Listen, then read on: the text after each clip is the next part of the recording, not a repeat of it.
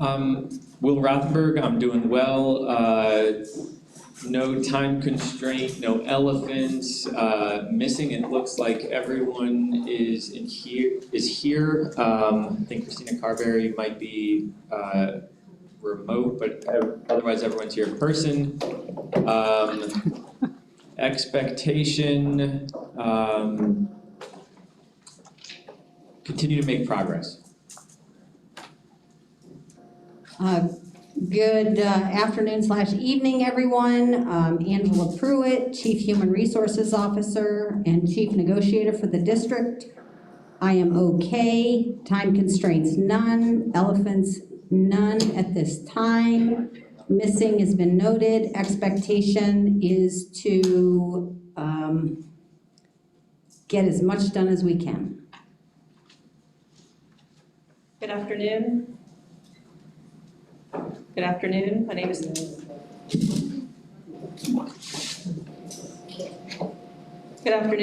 Heather Leonard. I'm the Director of Staffing and Talent Management.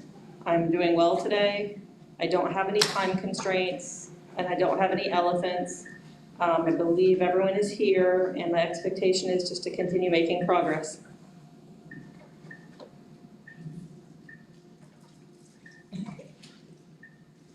Kimberly Hutchins, Director of Payroll. I'm well, no time constraints, no elephants, no one's missing. Expectation, make progress.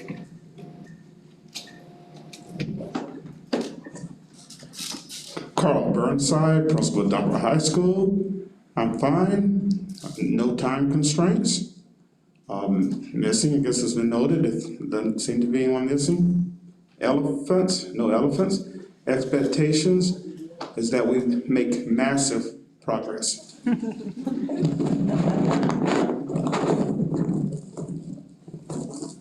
Good afternoon, my name is Amy Desamore. I am fine, no time constraints, no elephants, and my expectations are that we make as much progress as possible.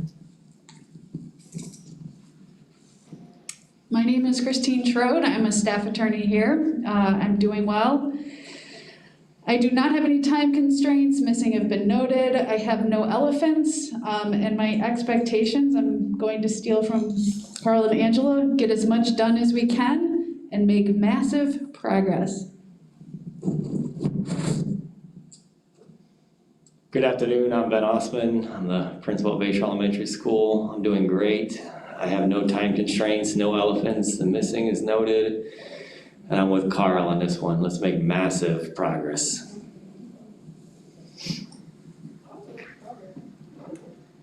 Good afternoon, I'm Bonnie McFarland. I'm doing well. I have no time constraints during the duration of this meeting. No elephants. I don't think we have any missing. And expectation is massive progress. Good evening, I'm Rachel Gould. I'm okay. No time constraints, no elephants, nobody missing, and to make progress.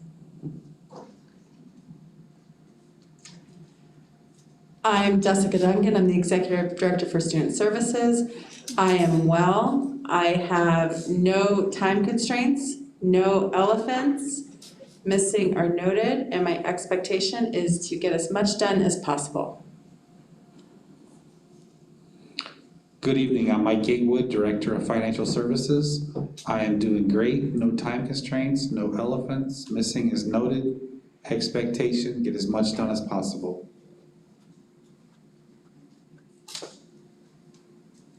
Hi, good evening, I'm Kerr Fazone, Director, Island Coast FEA and the Chief Negotiator for the union. I'm doing well.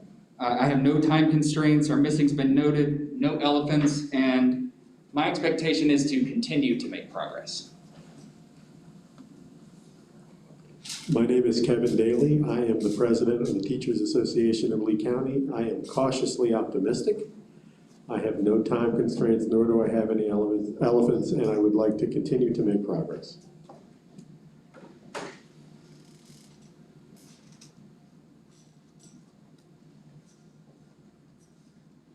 Good evening, my name is Jill Castellano and I am the Vice President for the Teachers Association of Lee County in addition to being a full-time peer collaborative teacher at East Lee County High School. I'm doing quite well. I have no time constraints. At around 6:30, I may have to step out briefly and I'll step back in. No elephants, missing's been noted, and my expectation is to make progress.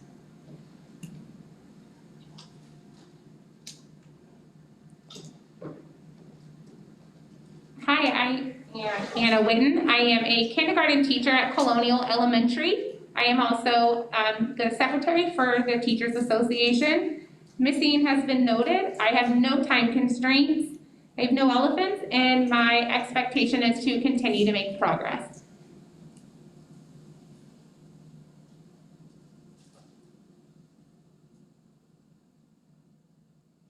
Good evening, my name is Samantha Hauer. I'm an art teacher from Mariner High and the Area 2 coordinator for the Teachers Association. I am well, I have no time constraints, no elephants, missing has been noted, and I'd like to continue to make progress.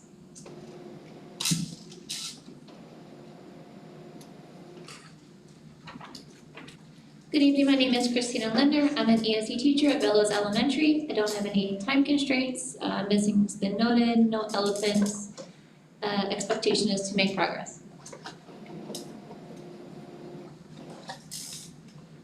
Good evening, my name is Amy Johnson. I am a teacher at Mariner Middle School. I am feeling well tonight. There are no elephants. I have no time constraints, and my expectation to make progress. Let's do massive progress. Hi, I'm Christina Sterrett. I teach kindergarten through 5th grade art at Tortuga Preserve Elementary School. I'm doing well tonight. I have no elephants, no time constraints, missing is noted, and I'd like to get as much done as possible, please.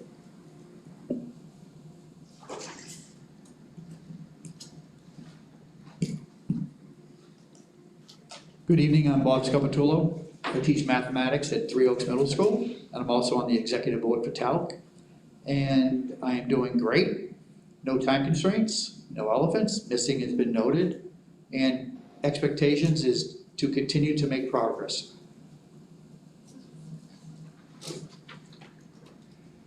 Good afternoon, my name is Sheena Torres-Nunez, and I am a school social worker, and I serve as the district's homeless liaison. I'm feeling okay. No time constraints, no elephants, missing is noted, and my expectation is to get as much done as possible. I'm Cindy Smith. Good evening, everyone. I'm coordinator in health and labor. I'm doing well. I have no time constraints, no elephants. Missing has been noted, and my expectation is to get as much done as possible. I'm Amy French. I'm coordinator of professional development. I'm doing well. I don't have any time constraints, no elephants, no missing, and my expectation is to get a massive amount. And I am Donna Mutzenard, and I had left my phone at home tonight, so I was here at 4:45 but couldn't get into the building. So finally I ran into somebody who was able to go in and call Will or send somebody down here. So finally got into the building, but we're good now. So I'm doing fine, and no time constraints, and my expectation is to help us make all this progress that people are expecting this evening. Okay, today, and actually the last few days, since Monday I think I looked at the original list we had. Remember all those bullets we had at the very beginning? And I've been trying to check them off as we go to keep track. And so today I went through the list and I have it on my paper, and I came in and Will tells me, well, guess what Kurt did today? So I said, great minds think alike. So here we are of what's left. Now from the very beginning, we said that a lot of those issues we listed at the beginning could either go to one of our established committees or to TALC labor management. So what I would like to do to start with, to give everybody a positive feeling, is to maybe list some of those things and see if we can agree that they can go to the committees or TALC labor management, and then we can move forward to some more serious issues, if that's okay with everybody? All right, Great. So Kerr has the list, so.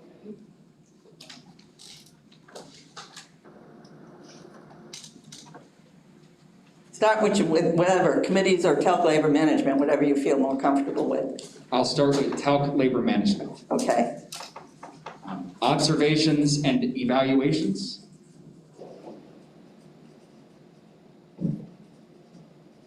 Planning time.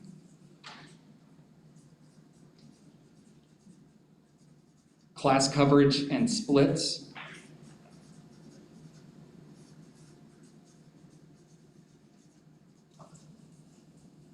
Structure of preschool week.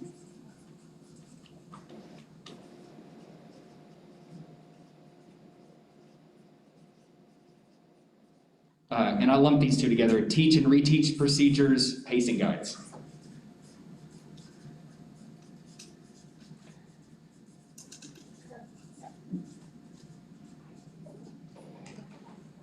I'm sorry, did you say observations and evaluations to TALC labor management or the instructional evaluation committee? I misspoke. That should have Okay, been I just wanted to clarify. The evaluation committee, I'm sorry. Thank you. Yeah, that one. Yeah. That's gonna go to So the yes, committee. the observations and evals should be sent to the instructional evaluation committee, I apologize. We had safety drills on the list. I think that could be sent to the safety and security committee.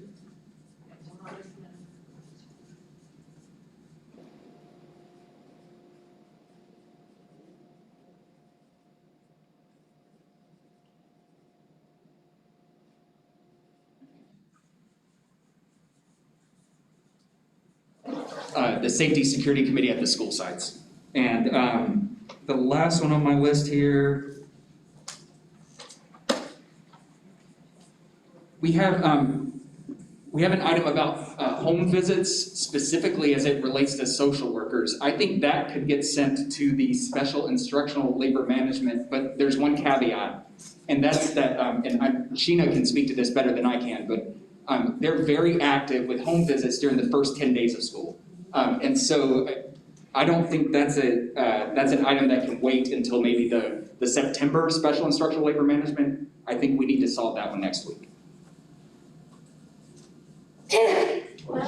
Bless you.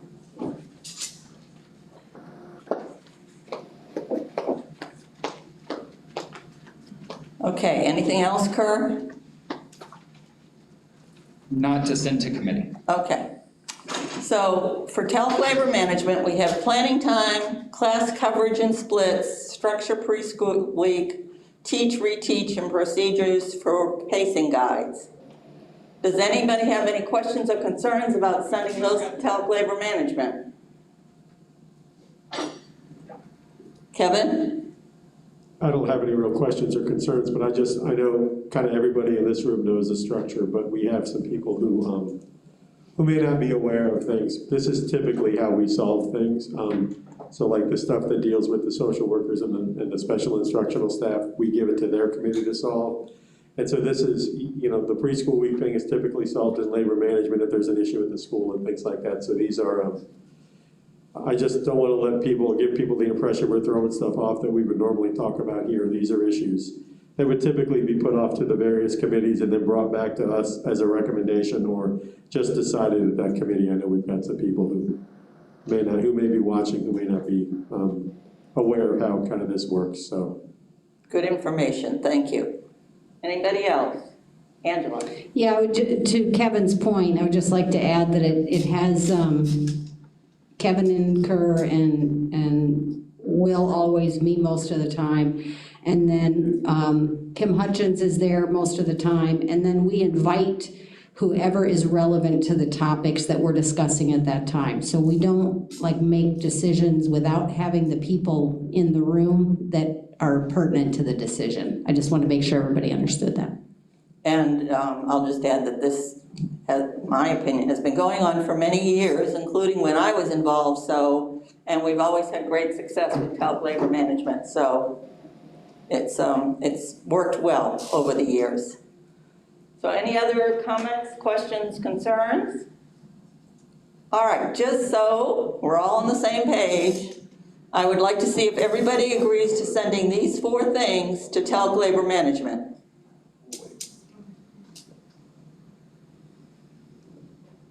All right, see? One thing done already. Donna, Yes, please. 7 things, I'm sorry? No, I just did the TALC Labor Management. We haven't gone to the committees yet, Kerr. I'm sorry. Step by step. All right, then we have 3 things going to committees, to the Instructional and Evaluation Committee, which is another long-term committee. The Safety and Security Committee at the school sites, not the district one. So every school would make their own decisions about safety drills. And the Special Instructional Labor Management about the visits for social workers, especially for those first 10 days, so that it needs to take priority and people need to meet next week. So, Gina? I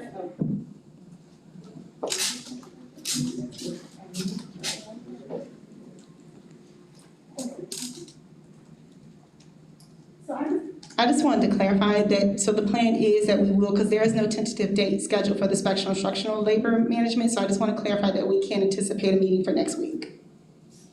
Okay, thank you.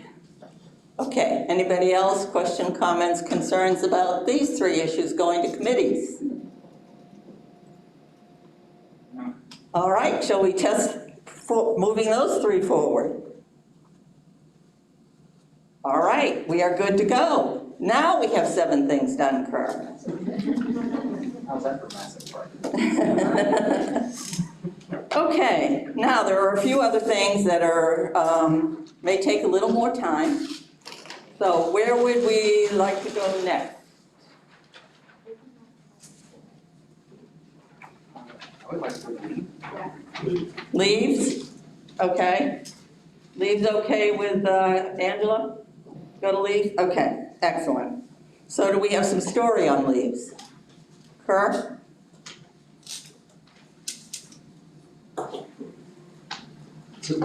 I mean, for the record, TALC has already drafted some language around leave, and I think that's being passed around now. But for story, it's very important that we codify some of the existing leave options that are available to employees, whether it's FMLA or under the Families First Coronavirus Response Act.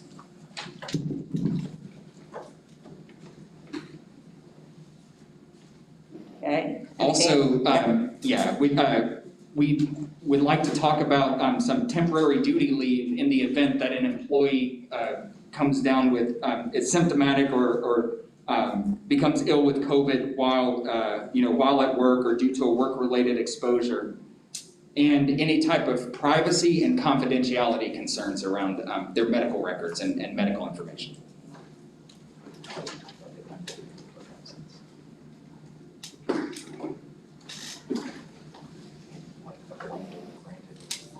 And another thing we... Hold on a second, she's still writing, Amy's Kevin, writing. thank you. I know it's hard to see around the pole. Confidentiality and privacy, you said? Of medical records.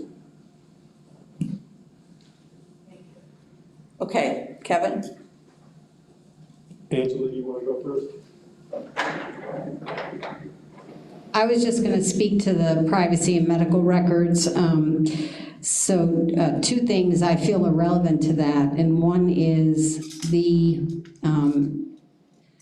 intent forms, the FMLA paperwork, all of that comes in through human resources. And so if an employee is uncomfortable sharing that with the details with their principal or supervisor, HR has that, and that's what's appropriate. So that's the one thing that I just wanted to state. And then in terms of confidentiality with having questions and conversations, we have set up a phone line and an email box for these specific questions and concerns that employees can talk to that would be, it's an HR employee who is confidential. Thank you. Kevin? And so another thing I think as part of this story is there may be employees out there who simply want to take a leave. And so I don't, personally, I can't take a leave, but there may be employees who do, who want to exercise that option. And so I want to talk about what because there is a way in the contract to take a leave and things like that, but I believe it's, the board has a say. And so maybe talk around in COVID times, what a process would be for somebody to take a leave and then them coming back at the end of the leave. You're talking about an unpaid leave? An unpaid leave, yeah, taking an unpaid leave if they were able to and if they wanted to, not anybody being forced over there to do that. But, I want to give employees as many options as they possibly can have. Okay, Angela. Yeah, and that is one of the options that we have on the intent form. The one area for discussion, I believe, is the way our leaves are currently working, is that the school needs to be prepared to bring that employee back to that location at any time. Given the circumstances that we're under, I would want to talk about the teacher that maybe they say they're going to take the leave for the year, but then decide that they're going to come back halfway through, which I think they should have that option. The part about guaranteeing them that position at that school, I would definitely go for it at the end of the year, just like we had talked about before, but so I just wanted to have a conversation around that. Okay. Anything else for Story on leave issue?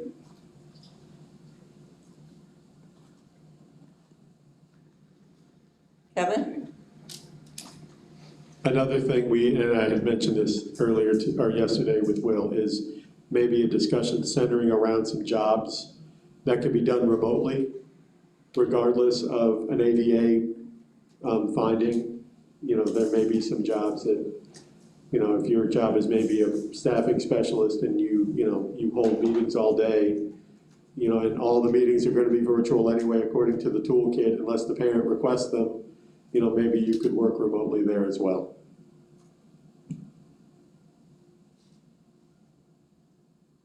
Okay, anything else to add to Story? Okay, do we have any options? Will, did you have something?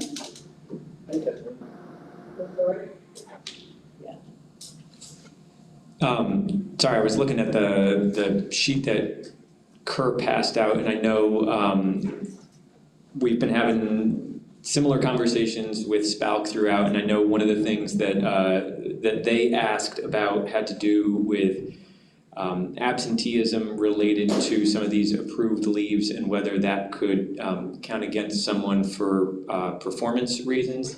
And if you have an FMLA approved leave, that's not supposed to be taken into consideration because, again, that's a federal protection that's there for people who need it. So I'm not sure if that's explicitly in here, but we may want to include some language around that just to kind of capture that is one of the added benefits of that protection. Okay, thank you. Anything else?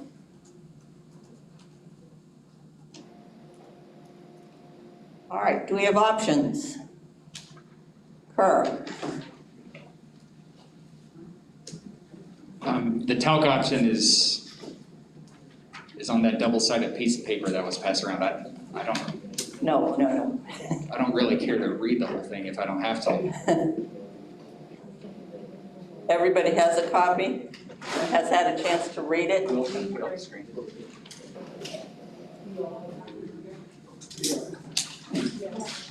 You need a few minutes to go through it? Because we're not going to write all that on the charts.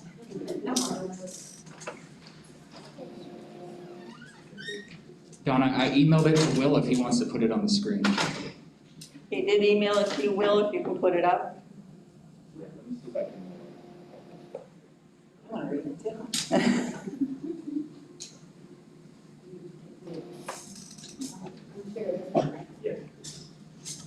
You want a hard copy? Please. I was going to offer to look at one of mine until I read it earlier.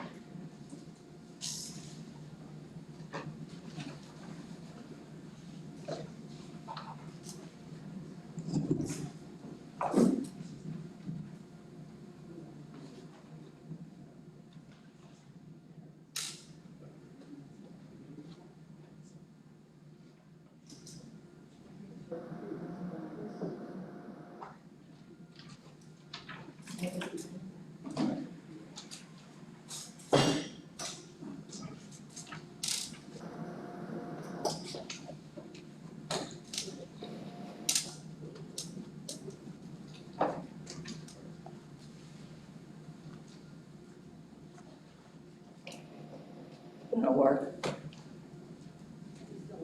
Okay.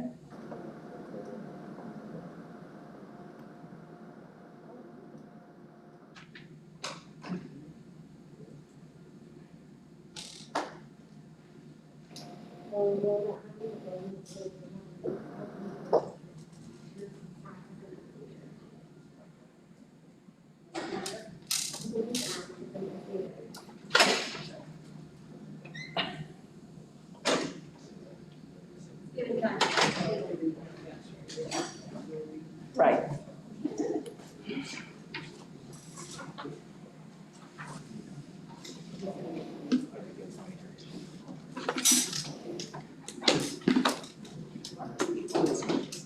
We're just having a little technical difficulty getting it up on the screen, so, but people are still also reading it, so we're good.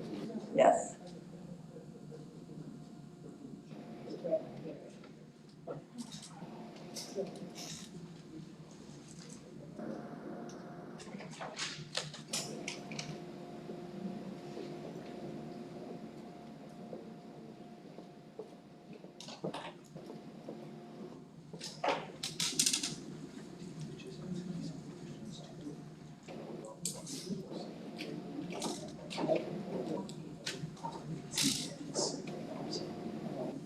They may be able to do it on the screen.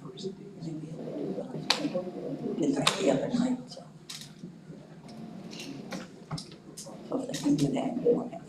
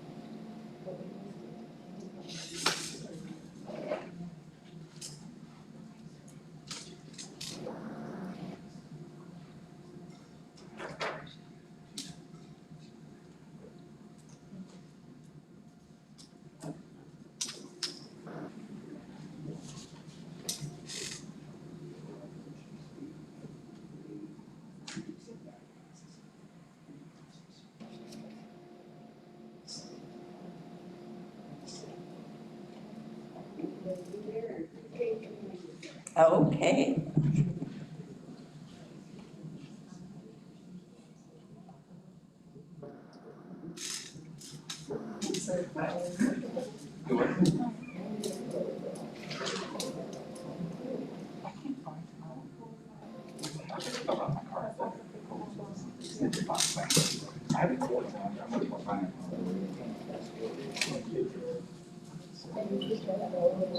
Yes.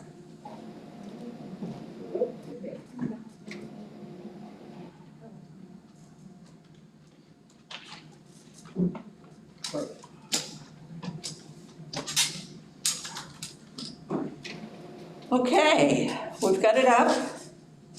And everybody's had a chance to go through it, I hope. So are there any questions, concerns, comments about this proposed language for leave?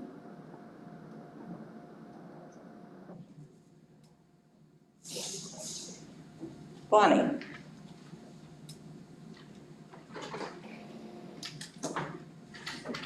Is this on? Okay. And I'm jumping to the back page, confidentiality under item D.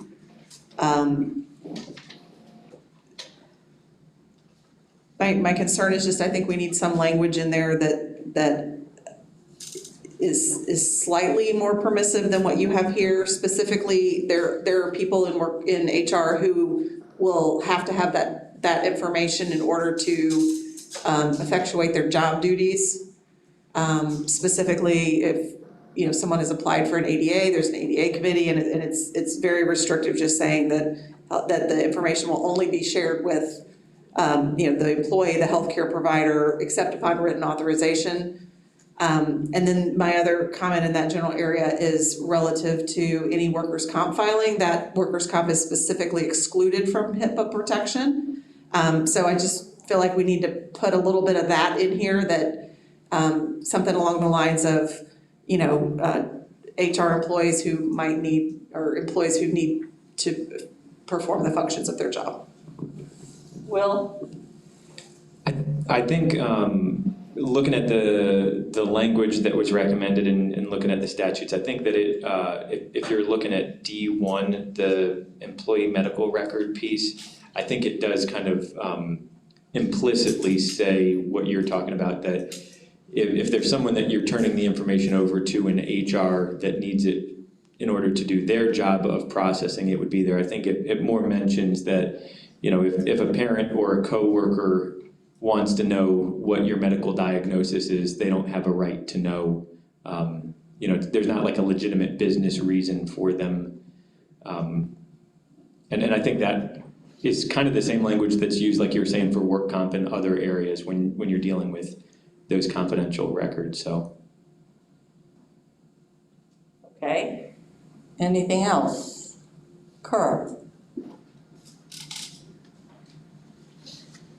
I guess this would be a second option, but I'd like to add an option that we craft some language around the unpaid leave of absence option. I'm using the word option too many times. That Kevin spoke. We can craft this language in labor management about the options that are available to employees.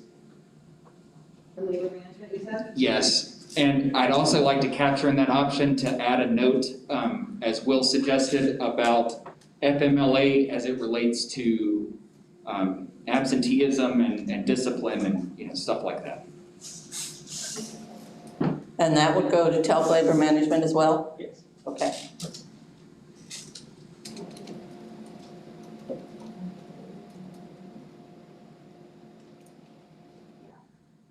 Language about absenteeism and Discipline. Thank you.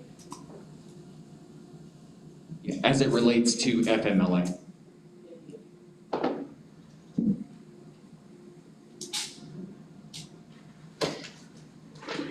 Gotcha, finish it right. Okay, Angela? Yeah, if we're at that point with the option, I just need a 5-minute caucus before we. Sure. Yeah. No problem. If we're at that point. 5 minutes. TALC, do you need to caucus? We don't need a caucus, but we may take a bio break. Perfectly acceptable during a 5-minute caucus.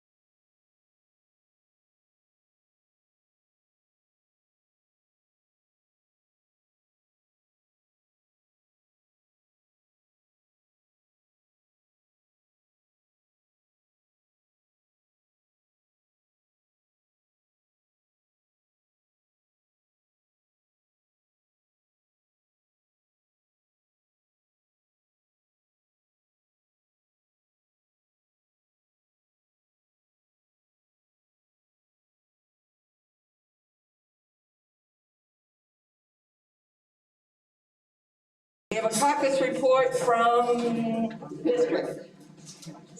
Thank you, Donna. We had some good discussion around, I guess I'm gonna call it an option, because that's how it was presented. And just had a few notes of conversation, nothing that is substantial in nature, but things such as, there was a concern relative to referencing the district flow chart, saying that what if there's a lapse in time? What if the Family First Corona Response Act, something changes with that and we don't get the flow chart like updated immediately? I think these are things we could just sort of wordsmith for the final copy. We also wanted to make sure, to what Will discussed earlier about absenteeism and making sure that would be included. And then one of the probably the bigger discussions was looking at having something in here relative to, we understand that employees may not feel comfortable talking to their direct principal or supervisor, and so they have the HR option. The concern would be we would look for some language potentially that would indicate that, it's kind of the moral obligation of any employee to share if they feel they have COVID or are exposed to COVID. Because we wouldn't want someone to just call in sick and maybe they think they have COVID and they don't share that with anybody. And so it's really more about protecting the people that person works with and make, so that the principal, and whether it's they tell HR or whether it's they tell their principal, but that at some point, if they feel that, we would certainly want them, it's kind of a moral obligation to, if you think that COVID's involved in any way, we would want you to notify somebody so that we could do the proper cleaning and the proper, that's sort of thing. And then the last, really, I guess what you call substantial discussion was around C2 and saying that I said that in labor management is where we would determine the process for the employee to request if they're looking for that continued temporary duty, that we wouldn't necessarily put that all word for word in this document, but that we would agree that there will be a process established by which an employee can make the request. And the process would say, okay, here's what you need to do to make the request, here's the documentation you need, and that we would work that out through labor management. So those are the substantive. Did I miss anything, team? Okay, so those are our points, but we certainly are, ready conceptually with just those things I discussed are good with this option. Okay, any questions or concerns over here? All right, any other options we need to put up? Do you want what you just discussed as an option? We could put that as an option and then do a straw design of the two if that would work. Actually, I think we have another option up here somewhere too. So that'd be one, right? There's number two. That could be two.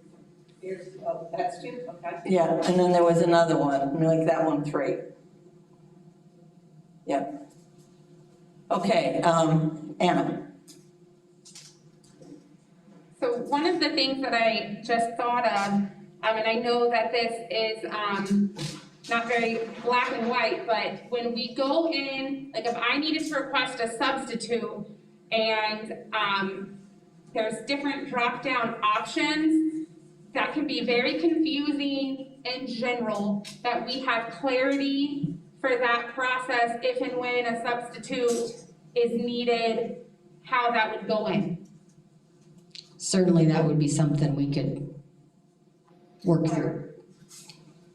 All right, did TALC caucus at all, or just chat in the hallway? Just chat, no caucus. Okay.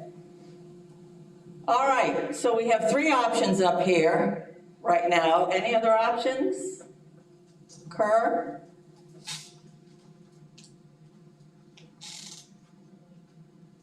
Can you read what option 2 is, just so I have it for my records? Sure.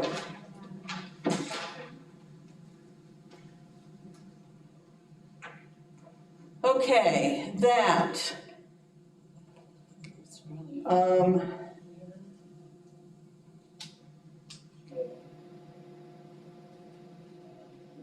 Okay, so there was the concern to the reference of the flip chart? Flow chart. Thank you. Wordsmith for final copy needs something for moral obligation to share if you have or think that you have COVID to protect those you work with, and process for temporary duty requests worked out through labor management. Okay, and do we need number 3 read? Number 3 is leave options that are available can be discussed in labor management, also in labor management language about absenteeism discipline as it relates to FMLA. And then of course, number 1 is the double-sided language that I'm not going to read because everybody has a copy. You want to get home tonight or what? Okay, so anything else? Kurt? I'd like to propose a straw design of options 1 through 3. Okay. Amy has it.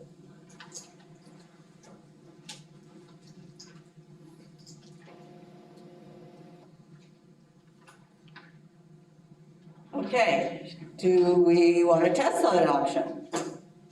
All right, thumb time.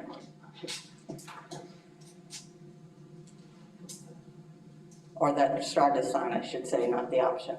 All right, we are good to go. Excellent job. All right, let's give Amy and Cindy time to get rid of some of this paper, and we will go to the next one. Angela?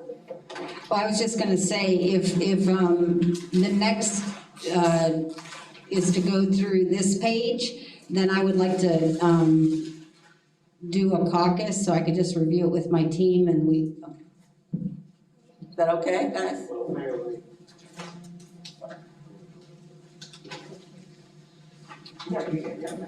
Before you guys do that, I think, I brought up the idea of a district-wide sick leave bank related to COVID. Honestly, I'm still waiting on the information from Duval, the one they set up. And like I freely acknowledged, I'm not able to negotiate for SPALC, nor am I able to negotiate for the district administrators and the Schedule N people and every other person in the district. So really, when I brought it up, it was just an idea to be talked about kind of as a district level thing. So I think, not necessarily putting that to bed, but just moving that over to another venue to continue the discussion is probably something that may be warranted.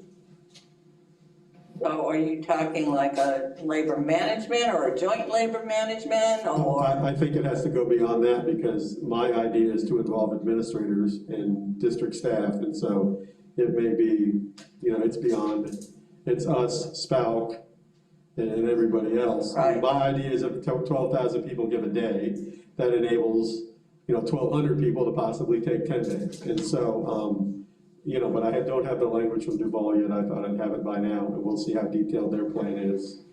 But, I think that's a discussion that happens. So we can table that for this evening? Oh, yeah, absolutely. I mean, Okay. that's a separate discussion entirely, but I just wanted to kind of keep it out there and keep it flowing over there. Okay, great. Anything else before they caucus? Do I dare ask how long? Well, there's several items on here, so I'd like to say 30 minutes. Okay, 30 minutes. So back here at 6:40. You have a hard copy. I'm just going to say so. I appreciate it.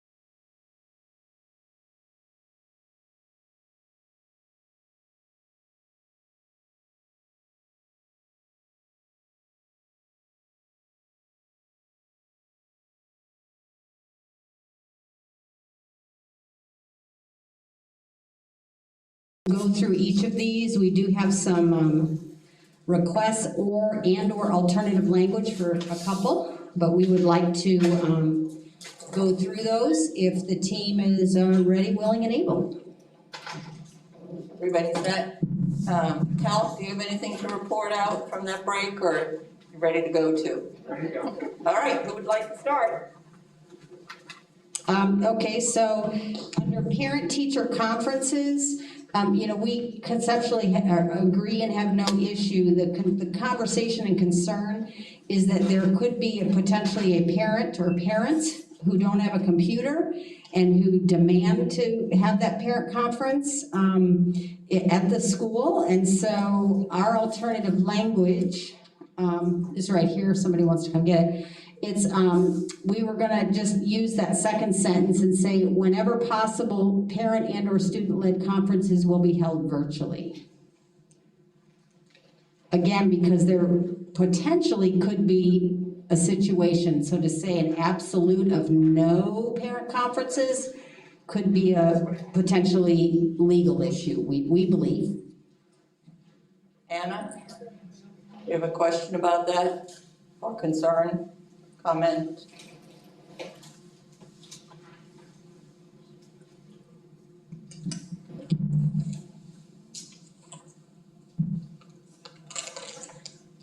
I just wanted to, I hear what you're saying and I don't disagree with you, but if we are also moving towards one-to-one devices, wouldn't they not have access to a device?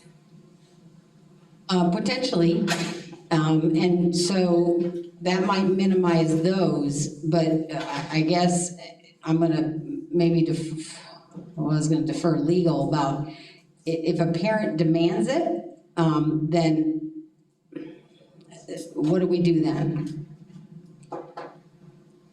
Kevin?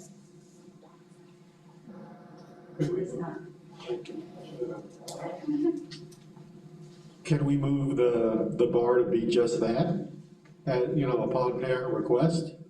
I mean, but I think you want stronger than upon parent okay, request. I may, but I also, again, I think we need to think about what that looks like, and that could be a school-based decision, what that looks like with social distancing as well, because, typically these things occur over the span of 2 hours and all the parents gather in the room and you have your little 15 minutes with the teacher and then everybody leaves, so. So again, our only issue with it is what do we do about those cases and how can the wording reflect that? Christina, you have an idea or a question? A thought. So would we be able to handle the language, anything similar to what's in the toolkit as far as the 504s and the IEPs and things like that, where it's only one person in the room meeting with a parent? We could certainly do that. I wouldn't have any issues with, are you saying to add to the any in-person meetings would follow toolkit guidelines? Amy, if you could indulge me. Any in-person meetings must follow the district toolkit guidelines.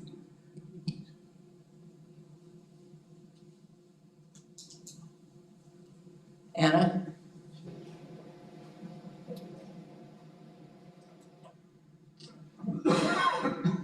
So in my mind, parent conferences, the parent conference day where typically we will decide that on June 15th, we're gonna have parent conferences from 4 to 7 p.m. So if within that scheduling, parents requested to come on campus, that I think we should also take into consideration CDC guidelines school-wide to limit how many of those availabilities of parents were coming onto campus at one time as part of that process. Okay, my only thing I'm saying, I wasn't including that in this option because I thought that was covered by back to school nights. In other words, I would maybe want to include it I would think those should be held virtually.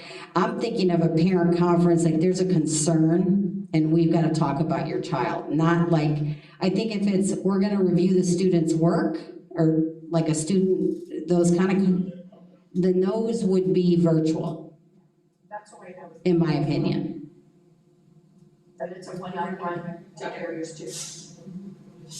All right, I saw Ben's hand. Address your question. I think the other thing that we may want to consider is there are times I think where, when we think about just the parent and teacher, there are times I think where admin is requested to be there as well, and so just leaving flexibility, so if you are requesting support from another teacher or from administration to be there, that flexibility is there as well. Yeah, I wasn't thinking this language covered what you're talking about. I thought that was more under the back to school, whatever the terminology would be, open, any of those events would be a virtual. But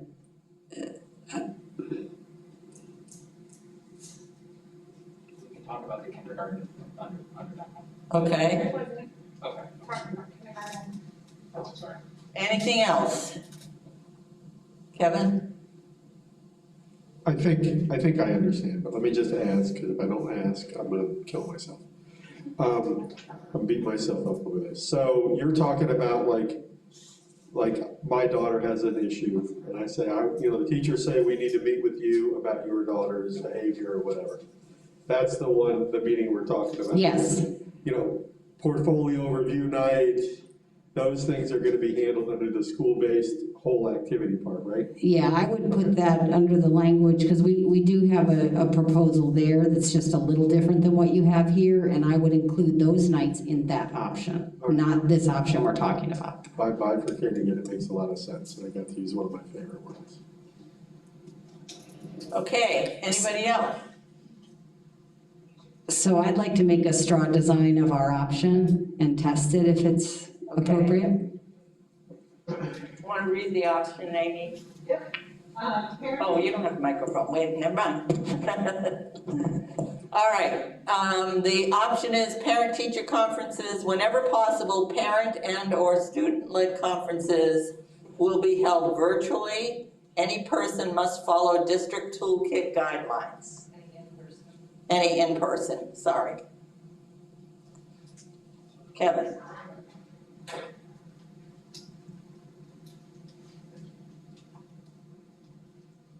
I think what led to some of my original confusion was the student-led conference thing, because that's what a lot of schools call their, like, elementary quarterly meetings with the students. They call them student-led conferences. Okay, so maybe I have that wrong. I was looking whenever possible, student conferences would also be held virtually. So maybe I'm the one that's confused. Or perhaps even student conferences about students or conferences concerning students.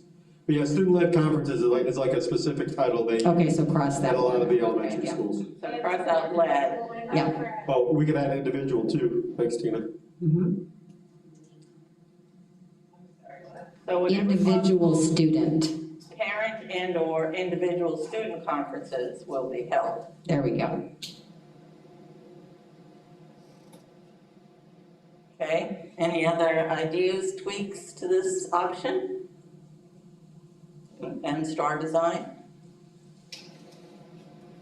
All right, shall we test? Yep. All right, let's test it. All right, looks like we have another one. Thank you. All right, so on the next option, PPE for counselors and other non-classroom teachers, no opposition to this, just asking, based on the language we already approved, what was the thinking, why adding this on top of that? That's all. Just a question. I need a second to refresh my memory.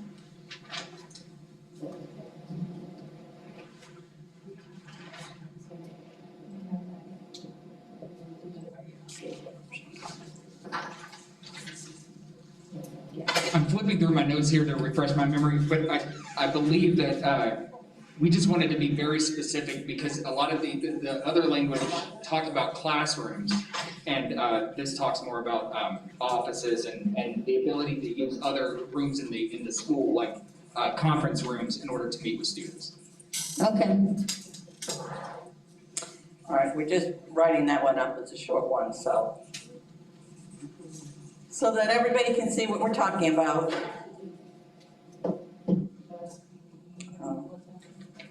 For their office.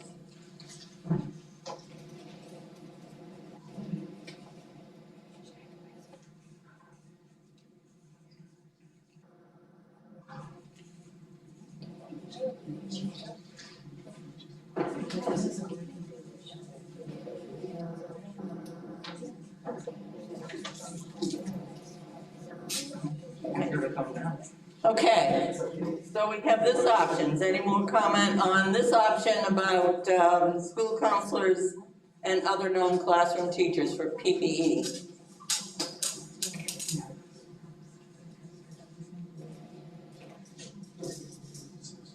Questions, comments? Sidebars? Sidebar, guilty as charged. Kevin? And this may go here as well, around PPE. There's been quite a few teachers that have reached out to me in the past, I don't know, a week and a half or whatever, that have talked about their desire to possibly wear scrubs at the work site.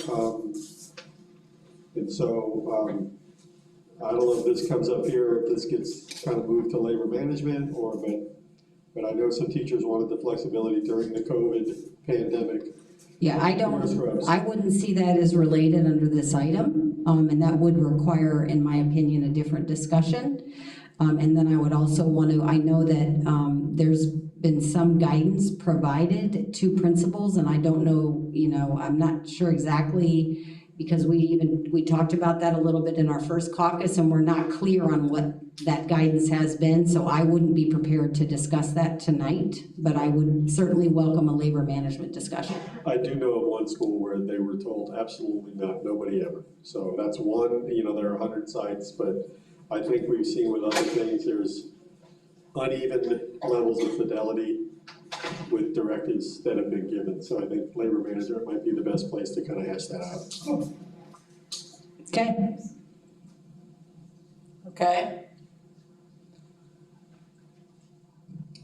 So is that an option about the scrubs, or just let it go? Okay. We'll talk about that next week at labor management. Okay.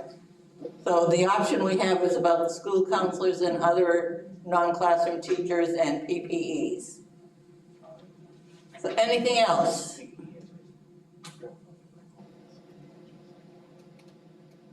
It's their option, so Right. I'm happy to go ahead and straw design and test it if that's what they're We don't have to straw design if it's only one option, so we'll just go with option one. Yes, Shana.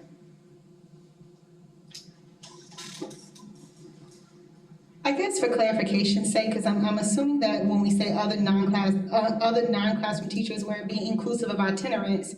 So kind of going back to like the mask question, so would the school sites be responsible for providing the PPE, or would it be the department? I don't know the answer to that.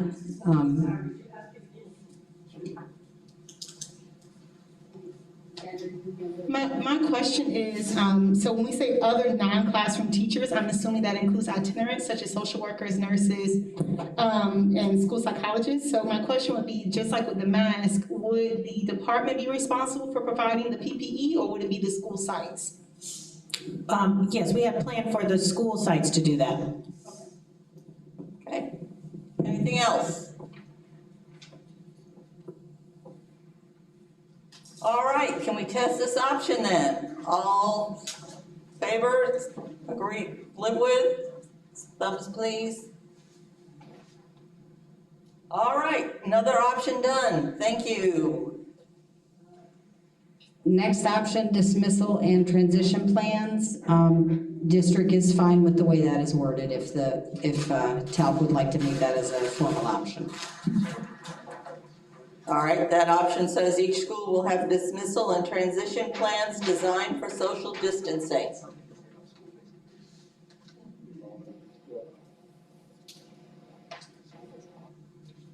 Any? Bill?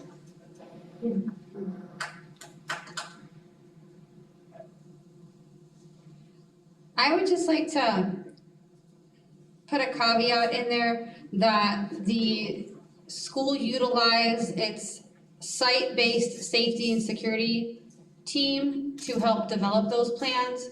According to the TALC contract, the lead TALC rep or designee would be on there, and I know also in the SPALC contract, the SPALC rep was on there. So I would just like to encourage or suggest that we add that in there, that they work with their site-based safety and security committee. Angela? Unfortunately, the principals have already had to develop those plans based on the guidelines in the toolkit. So to put that language in there would be a roadblock to being able to get teachers back on the 18th and to go through those plans. I think the contract does permit that if there's concerns about that, the TALC reps at the school could certainly talk to their administrators and ask that committee help with revisions and some guidance. But they've already had to develop the plans and turn them in, so to speak, so. Carl, did you have a comment? Okay. We didn't know that. Yeah, I understand. Okay, so are we okay? Jill? So would it be possible that as we move forward with this, that as if plans need to be adjusted or changed, that they work with the committee as we move forward? So as things change, because this is all fluid, that if updates have to be made over time, that the committee can assist with those updates.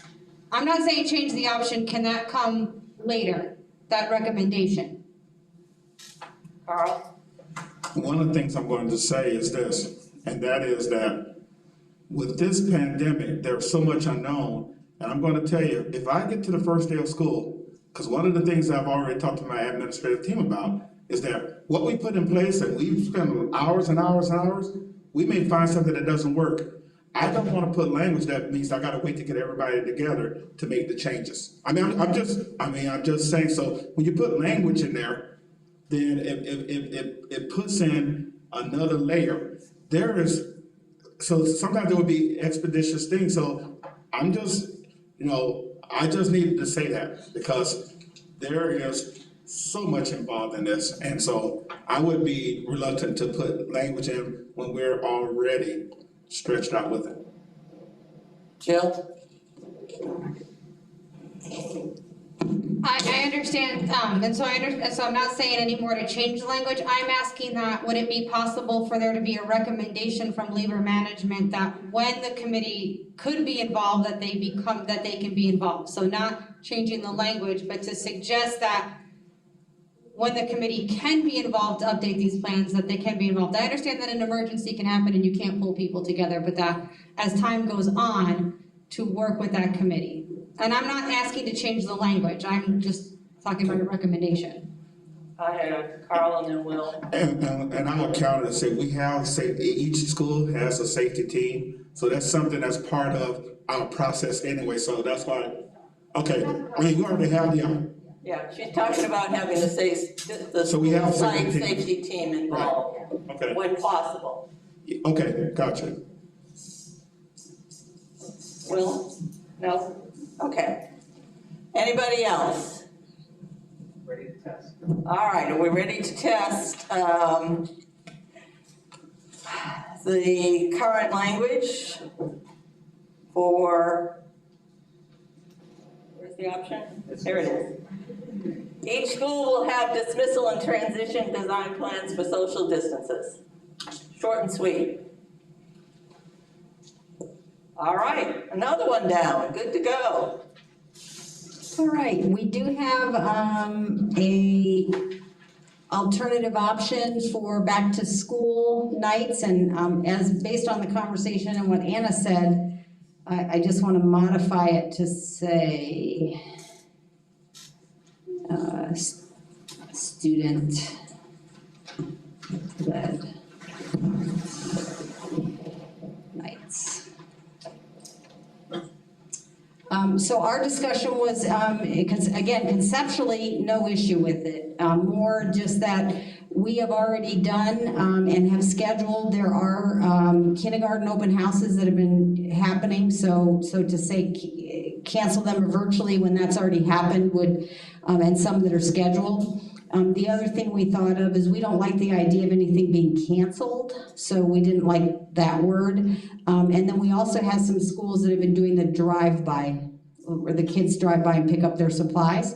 So our option is all back-to-school nights, student-led conference nights, and open houses, except kindergarten, will be held virtually or in a drive-through format.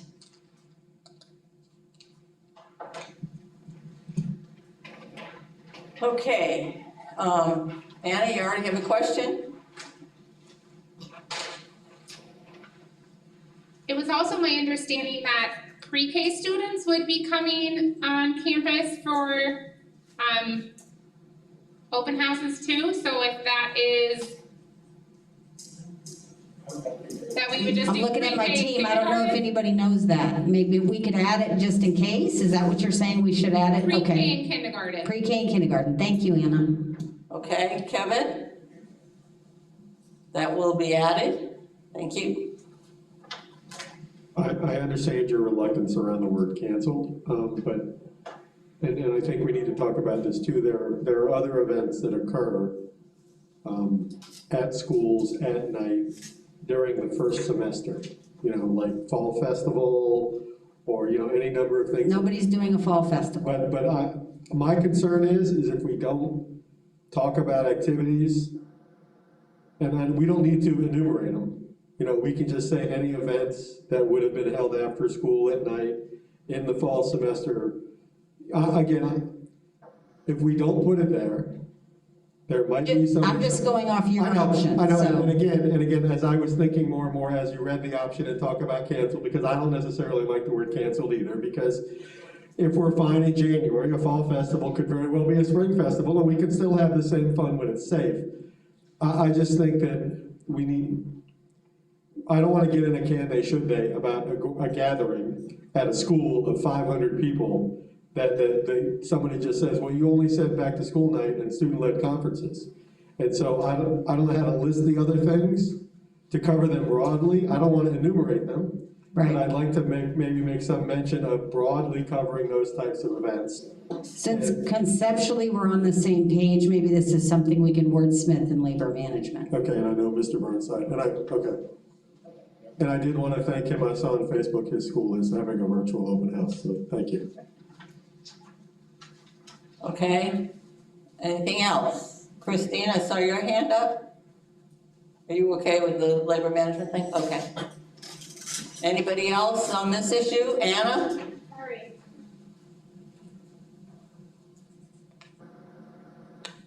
I don't want to add or change any of the language, but I would like to just maybe have a guidance around with those kindergarten meet the teachers that it is limited to 2 parents and a kid, so that way we're not having a whole group of Is it people. spelled out like that in the toolkit? I mean, can we refer to the toolkit, or is it not that detailed in the toolkit?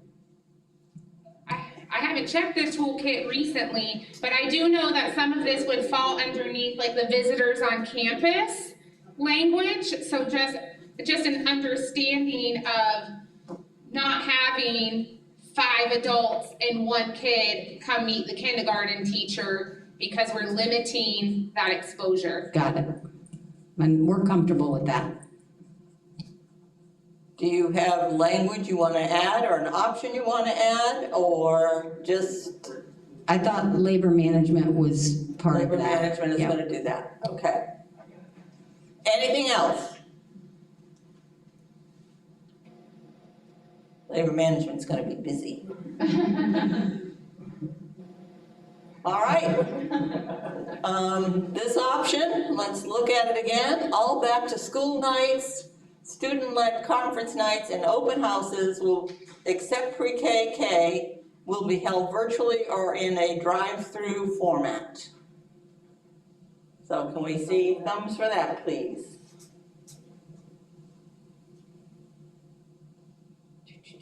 It all looks good. All right, another one done.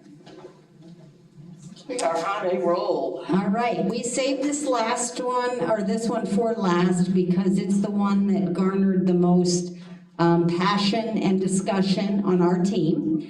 And we'll go into some of the details of that depending on how the conversation goes. So I'm going to read to you what we came up with, and then we'll go from there in terms of appropriate conversation on our side.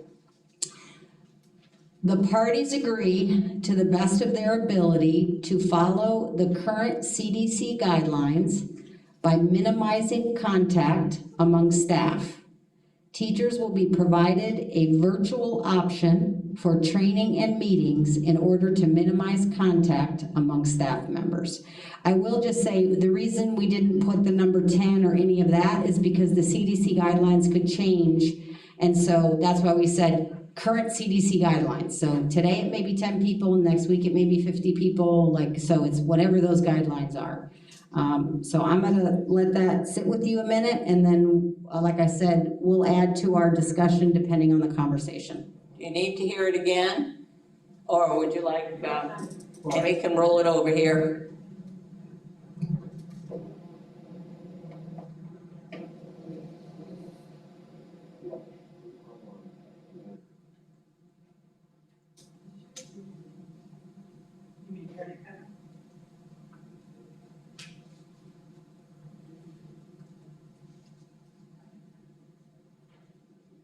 Okay, questions, concerns?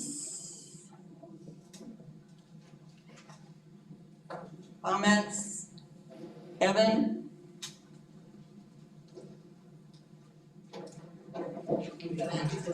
This would include PLCs as well, right?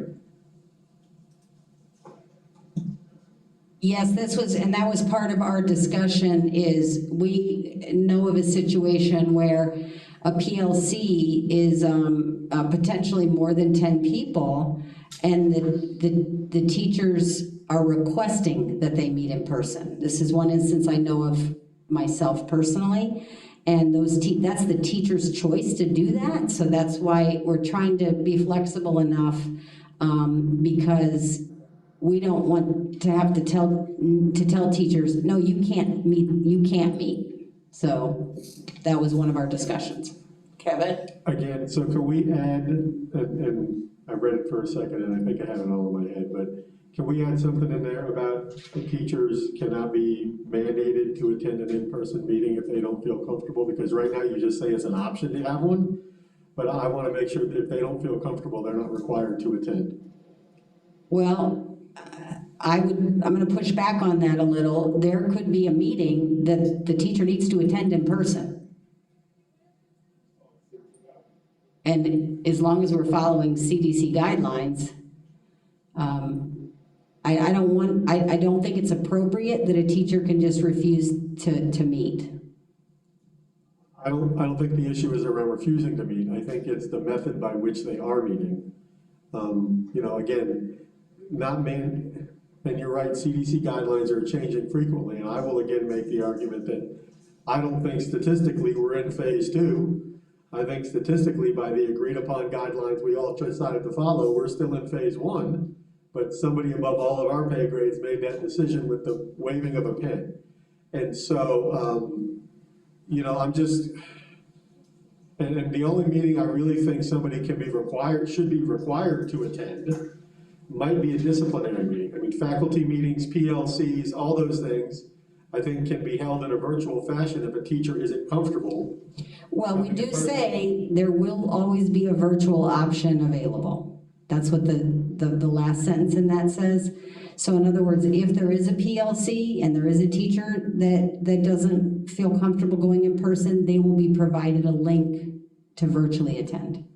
Except for the meetings you say they're being mandated to attend. Well, when I first heard, what I understood you to say when you first spoke was that a teacher would just refuse to go at all. We're not refusing to go to meetings. If somebody doesn't feel comfortable, like they're a Lee Home Connect teacher, and they are at Lee Home Connect because they don't feel comfortable, I don't think they should be forced to go to a meeting in person because they've selected Lee Home Connect as their primary option. Yeah, the last sentence does say, teachers will be provided a virtual option for training and meeting in order to minimize contact among staff members. Okay, Mr. Burnside had his hand up too. Carl? I'm struggling with the fact that when we use the word comfortable, I'm not comfortable. None of us are comfortable going to the working situation and conditions. So when we use a broad term like comfortable, that just opens up so much. So I want to be very careful of that. Because honestly, I think, one thing I think each of us can agree on is that the situation that the law is having us do, and I want to say this out loud, the things that I think the association is trying to protect everyone from is the same thing that we want to do as principals and as administrators. And I'm hoping that if we approach it from that way, understanding that is our desire, that is our intention. You know, I like my life too. I love my family's life. So, but when we start using it, we are all uncomfortable. I mean, even now, I mean, we all take a risk right now as we're sitting in here bargaining. If you really, you know, quite frankly. And we're all careful, that's why so anyway, I just want to make sure that you understand that that's, for me, I would have struggled with the word comfortable because that just opens up just to make it even harder. Okay, anybody else? Bob?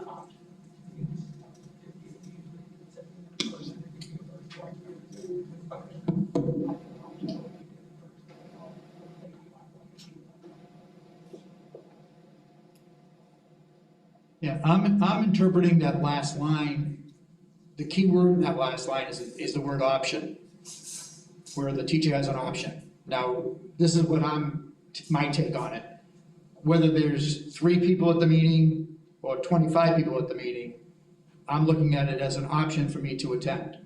So as long as am I correct, Angela? That's the intent of that last sentence there, is that the virtual option will be provided. Right. So whether or not there's less than 10 or more than 10, I've got a choice of going if I want to or doing it virtually, correct?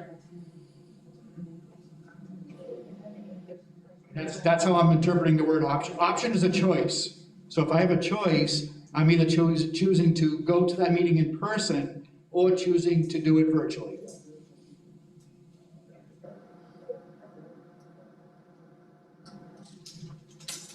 Carl?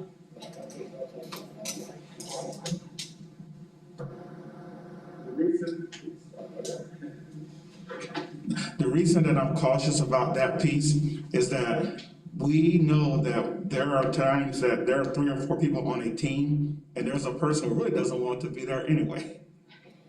I just have to say that out loud. So not because, and this is before we were uncomfortable with the pandemic. So that's when you see me doing this, I'm thinking, I don't want to open up Pandora's box so here I am, I'm the 3 teachers who I'm working my butt off, but I want my teammate here, and they're having the option. So now, as a teacher, I have to create more work instead of 4 of us meeting and getting productive by making sure I turn on the laptop. So that's my pushback, Bob. Because I'm thinking about if I was on a team of teachers and think about my teachers, that could now when you get to bigger groups, I get it. But when you start talking 3 or 4, then I think it's going to create a hardship for other people in the bargaining unit. And all of you kind of nodded because you know those are cases you've seen on your campuses. Kevin? I'm just going to continue. I thought you were done. Sorry. I was just replying to what Kyle was saying. The word option, again, that's the key word there.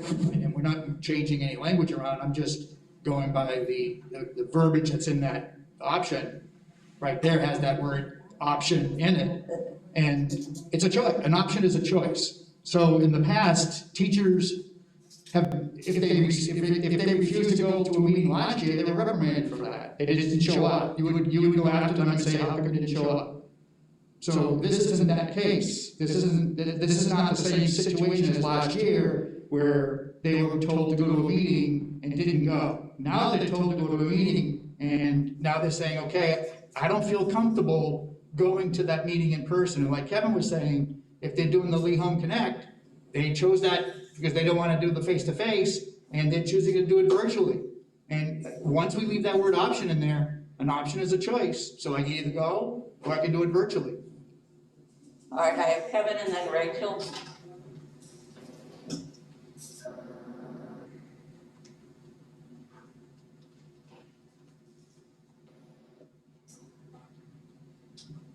So I'm going to personally declare myself guilty of something I think we all caution each other against. And Mr. Burnside, you brought up in the past that a lot of the language we bargain at this table is based on the extremes. The few administrators who do something incredibly wrong, or the few teachers, who may do things and take advantage. And so I think tonight I've been a little guilty of that when dealing with some of the issues of focusing on the one or two cases where something may go wrong and ignoring the 100 where we'll probably have no problems. And so I think having said that about myself tonight, I think in those instances where teachers, even in small groups, don't attend or don't participate, I think that's a fraction of the group. I think there are systems in place to address that on an individual basis in the school setting. And when I use the word comfortable, I didn't mean comfortable as in the chair I'm sitting in is uncomfortable, but Dr. Pruitt always seems to have a better chair than me. Thank you to my team who brings it for me. So I guess that's my team I need to talk to. It's not that level of comfort. It's the idea that I may be teaching face-to-face and really trying to limit my exposure because I have somebody at home, or I may be teaching Lee Home Connect, exclusively Lee Home Connect for that same reason. And every opportunity we give somebody to interact, because you're exactly right, we're all in this room, spaced, honestly, not 6 feet, over here, and we're all wearing masks and we're all talking on the microphone, and so we all are taking that risk to get this done. And so you're right, but I think, when we look at this thing, the option to attend virtually, that's what's in the option, the choice, the option to attend virtually. And so as we talk about flexibility and everybody chipping in and everybody being part of the team, maybe we allow more flexibility for the teachers to be professionals, because almost all of them are, just like almost all the administrators are, be professionals about it and be able to get there and participate meaningfully in a virtual way if they choose that option. And if it doesn't happen, there are mechanisms in place to deal with that, as there have been in the past for teachers who have blown off meetings they should have been at or done anything like that. There are remedies for that in the contract and in the kind of the rules around the workplace. So I just think that, again, we're running to the extreme, and like I said, I've found myself guilty of it at least 2 or 3 times tonight to run to the extreme.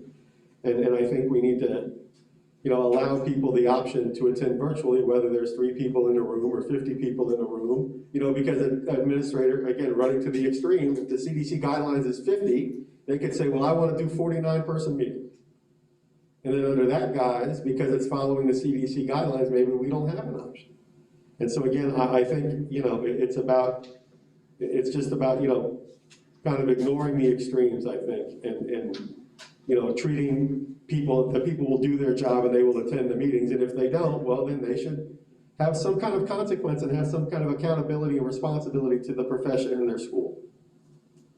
Rachel. Sure. He wants to caucus. Jill, How long? Jill make her comment real quick? Jill, Do you mind if Jill makes her comment real quick, Rachel? Go ahead.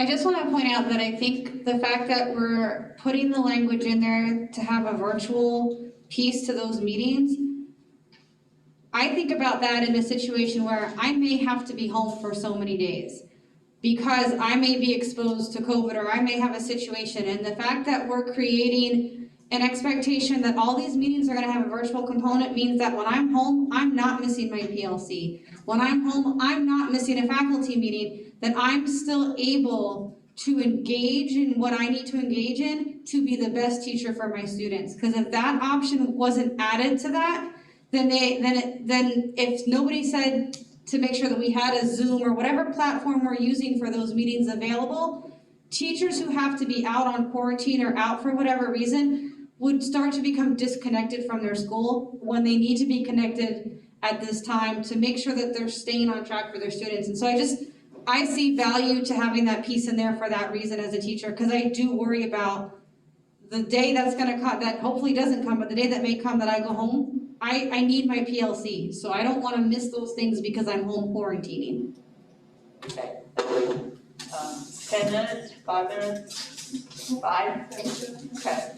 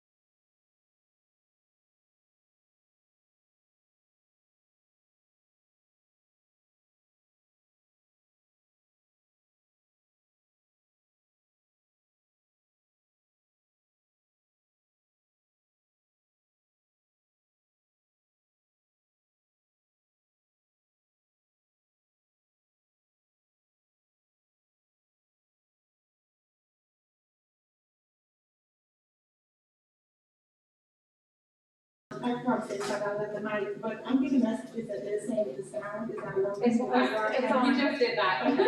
Same thing. All right. So where do we want to go? Does anybody need to caucus, or you want to hear their option? I'd like to see the wording, and then I would just want to take a pulse, like a 1-minute caucus.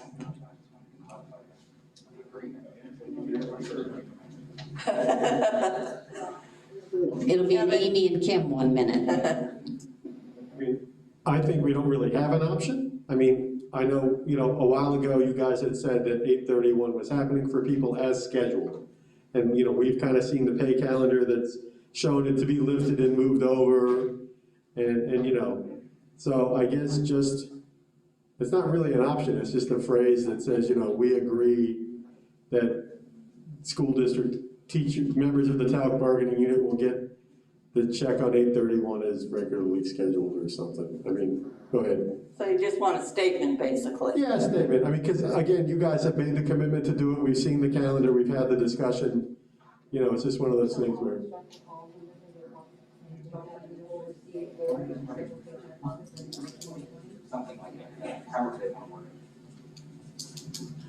Yes, so if we're just saying we want a statement here that, all TALC employees will receive their first paycheck of the new fiscal year as originally scheduled, because your TALC bargaining members had various dates, right, from 7/31 or from 7/15 to 8/31, depending on what their length of the year was, right? So I would say that the statement would be that all current TALC employees will receive their first paycheck of the new fiscal year per the original scheduled date.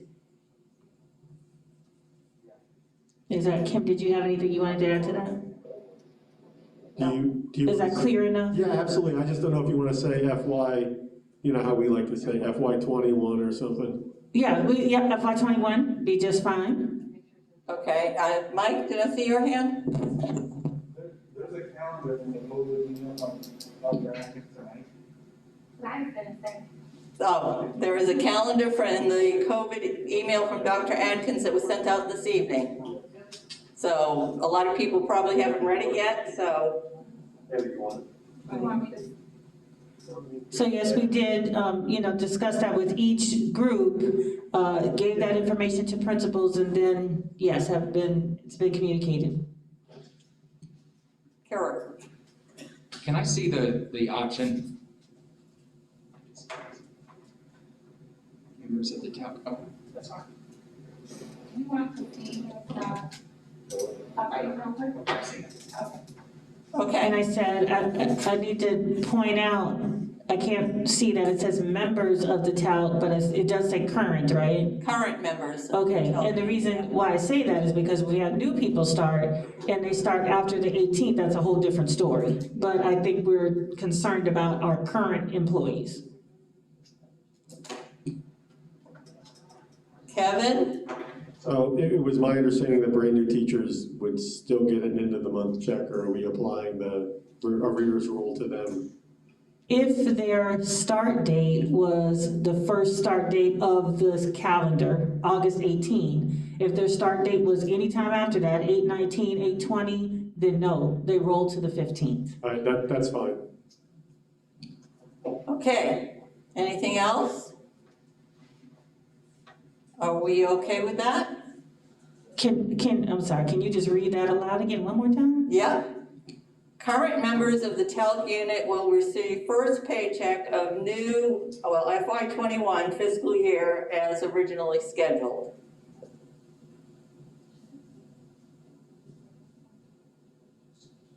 Kevin? Should we say something about as long as they start on the first day of their contract?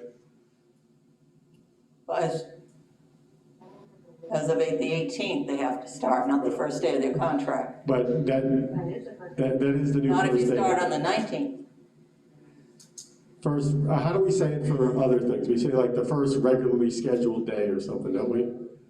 Right, so if you're referencing for new employees, if you want to add something that says, new employees must start their employment on the first day of their contract year in order to get a paycheck by that scheduled date. Otherwise, it would be the next paycheck. On the first day of the contract year, correct? Yeah, on the first day of their contract year. Their contract year. Because it would be, different for different, right?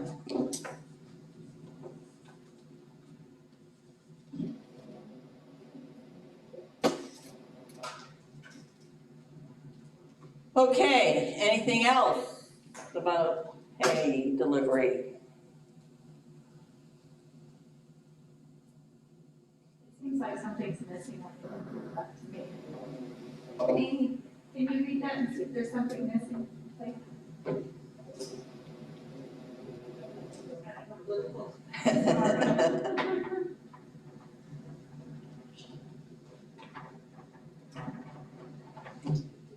On the bottom part, Sam? Yeah, it needs to say like to receive. Where it says new employees must start their employment on the blah, blah, blah. First day of the contract year in order to receive a paycheck at the first scheduled date. Does that make it clearer? Yes. Okay.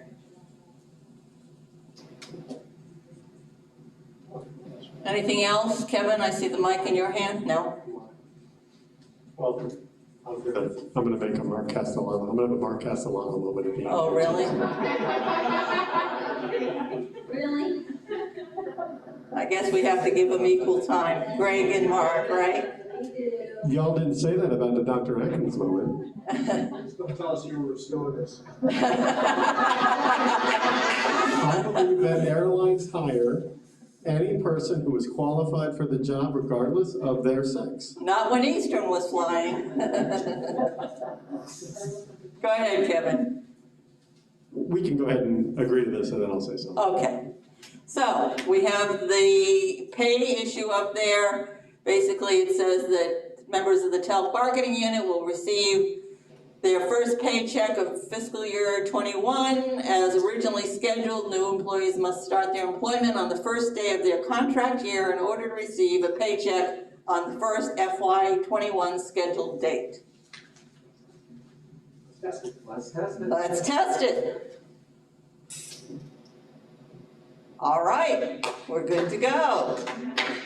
That makes 12 and lots of stuff going to labor management. So is there anything else? Other than my Mark Castellano. Other than your Mark Castellano minute, and we do have to do an implementation plan. Okay, so we want to do that and then I'll. Then you can do your Mark Castellano moment? Okay. So implementation plan, I know this has to go out for ratification. Do we have a timeline or Kevin? I don't necessarily have a timeline, but I've been in contact with the company we use to do, we're getting a waiver from PERC. Okay. They've been issuing waivers to organizations to do electronic ratification, which is typically not allowed in COVID. And we've been in contact with the group that we do our TALC elections and other things with. And right now I've given them kind of the new number and we're waiting to hear from them on an additional cost because we contracted for so many members and so there'll be an additional cost to that. We're gonna need some turnaround time to make sure everybody gets the email. We have all the emails. We work it out with IT so that when we send an email to 6,000 people, it doesn't automatically get kicked to their junk folder and things like that. So on our end, hopefully I'll have the stuff from VoteNet or eBallot by the end of the week to share about how the electronic ratification would work on our end. Okay, so you can share that in labor management? And Kerr says we need 10 days. I think Landrum Griffin requires 10 days from the date that the employees receive the MOU to the date that ratification starts, so we need that 2 weeks. Okay. So, Angela? Yeah, we're in agreement with the timeline. Okay. So basically, we're gonna wait to hear from TALC about the vote it's not VoteNet anymore, would you call it eBallot? And you'll go from there, getting the language out and doing the 10 days. Excellent. All right, Kevin, you're on. So I'm gonna have a Mark Castellano moment. How many here when Mark was here? Right? No, I'm not. I'm not gonna scream at anybody or anything. I wanna thank everybody for the work done, no matter who you represent and no matter where you work. I've been thinking about this more and more, and we've kind of approached it as an MOU. And I don't really think this is an MOU. You know, an MOU is we'd like to give somebody an additional supplement. Bus drivers want another pair of shoes. MOUs are typically small changes to the contract. And as I've thought more about this is really like a COVID contract. You know, we really dealt with every issue we needed to deal with related to COVID, and it's really like a mini COVID contract as opposed to an MOU. So I'm also a big sports fan, and I know, like, you know, the New England Patriots, as much as it pains me to say, don't win the Super Bowl in February.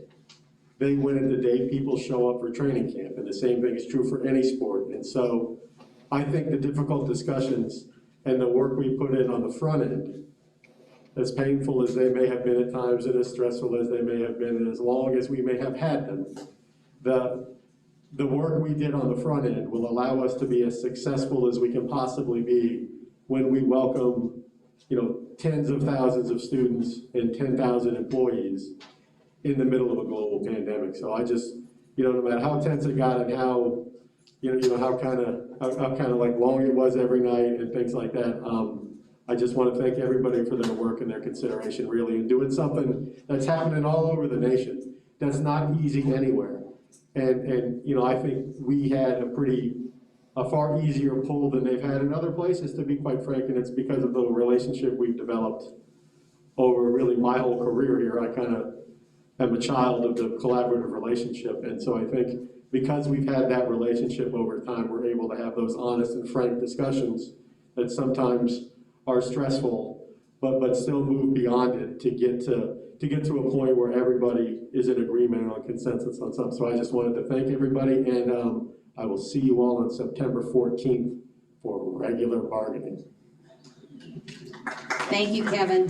Well said. Okay, and I would like to thank everybody. As Carl and I were talking a couple of nights ago, it's been 20 years since we started this process, and it was July of 2000. No way. Yes, that we started interest-based in July of 2000. So who's still here? Who's still here for that? Is Carl, are you the only one?